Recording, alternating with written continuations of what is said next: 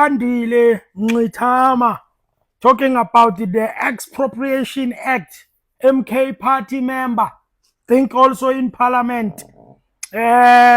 Obviously, we all know in terms of the land, where does he stands?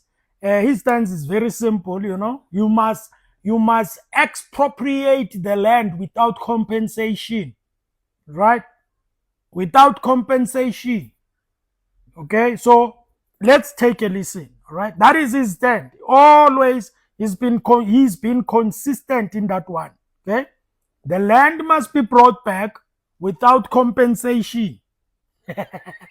All right, let's get to it, ladies and gentlemen. The MK party. He serves on the House's Portfolio Committee on Land and Rural Development. Andile, good morning, and thank you so much for your time. Hey, abo masichaba madoda. Hawu. Hey, I want to bash. I want to bagunki man. Hey, nidlani mara. Have you seen who Thembis yet?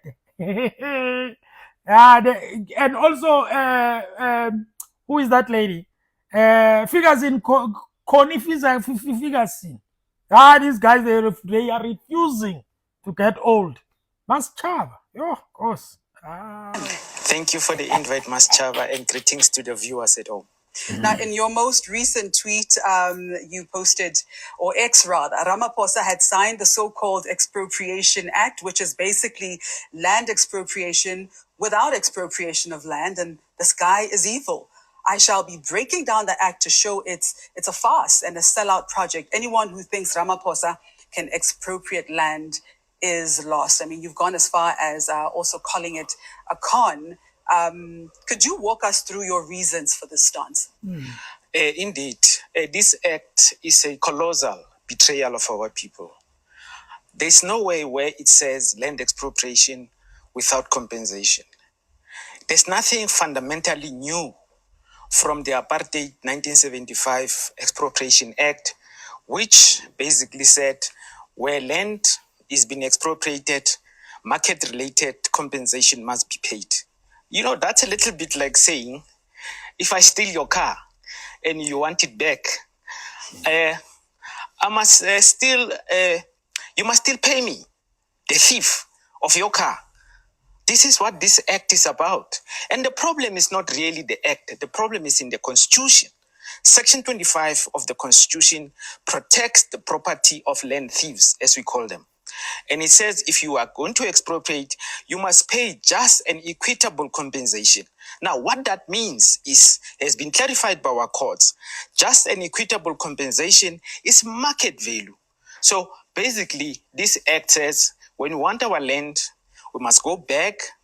And if the land thief is willing to sell, we can only buy then. So there's nothing new. It is the same old process of willing buyer, willing seller, which benefits land thieves once more.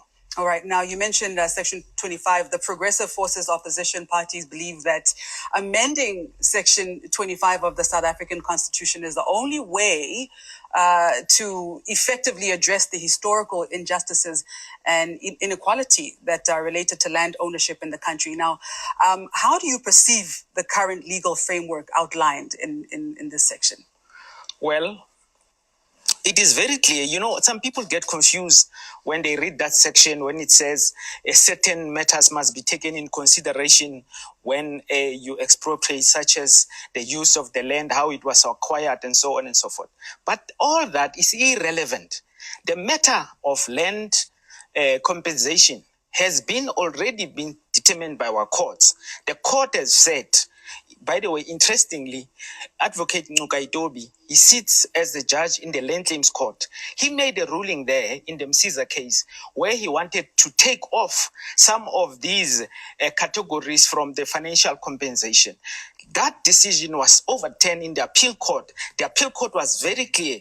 You must pay market-related compensation to farmers when you take the land to redress the injustice of the past. So we are sitting with a problem. And the problem is in Section 25, which simply says land which was stolen from us, now in the hands of white people, If we want it back, we must buy it from them.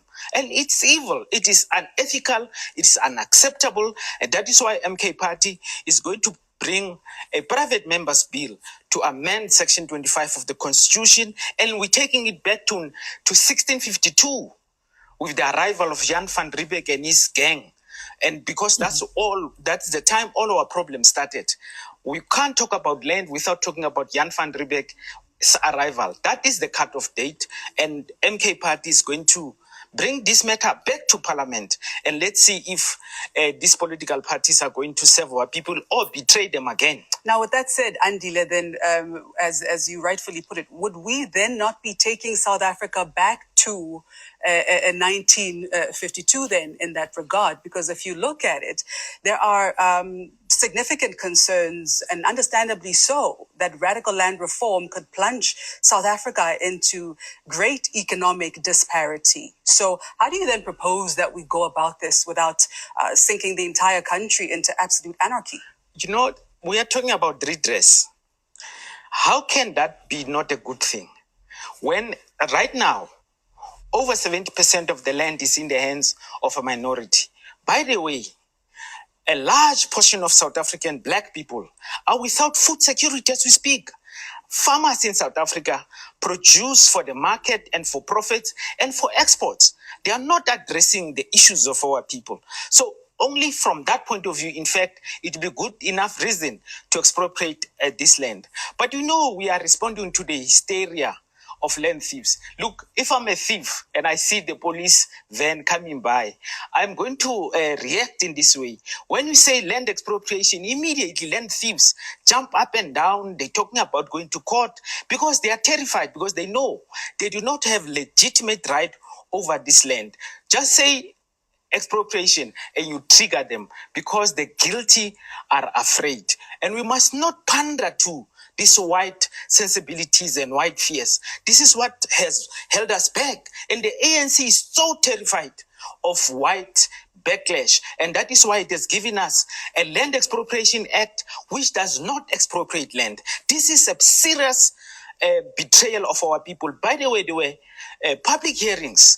The overwhelming majority of our people were very clear, gave the ANC the mandate to expropriate land without compensation. In this act, there's not one sentence that says land expropriation without compensation. All right. Now, okay, in one of the tweets...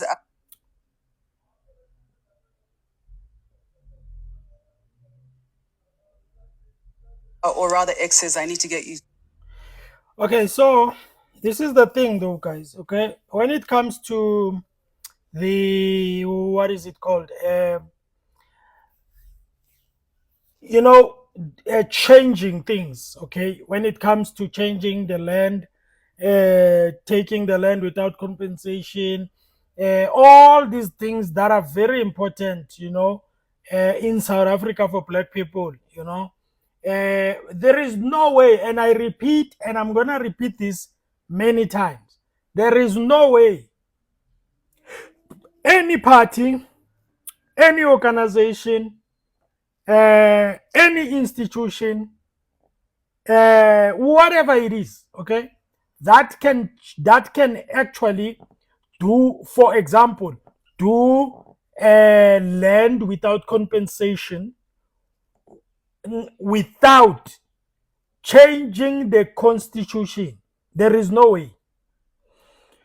The first thing that needs to happen, obviously, it is the changing of the constitution. I actually believe that the first thing that actually those parties who want the constitution to be changed, they need to put more effort on that one.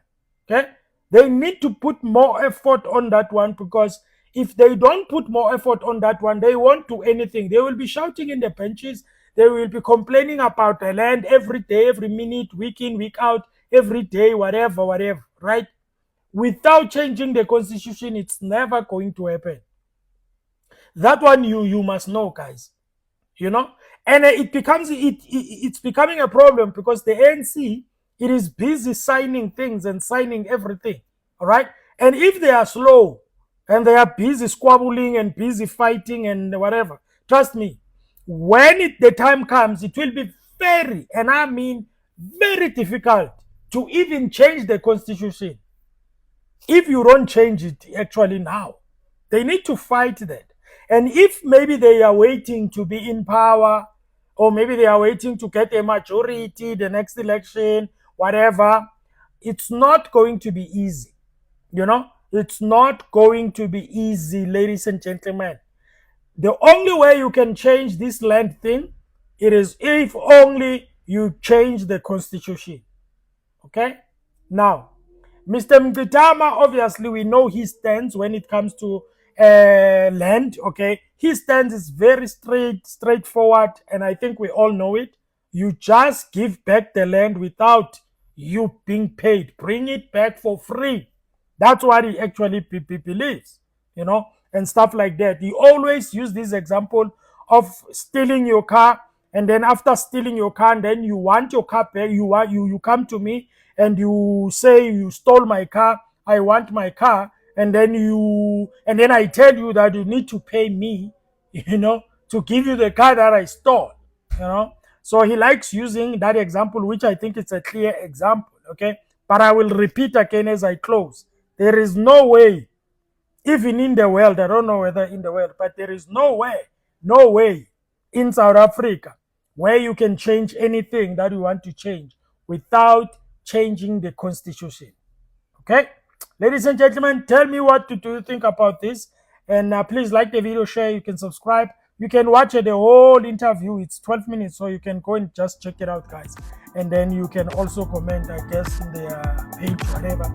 Sharp, sharp, affair too. Have a good day.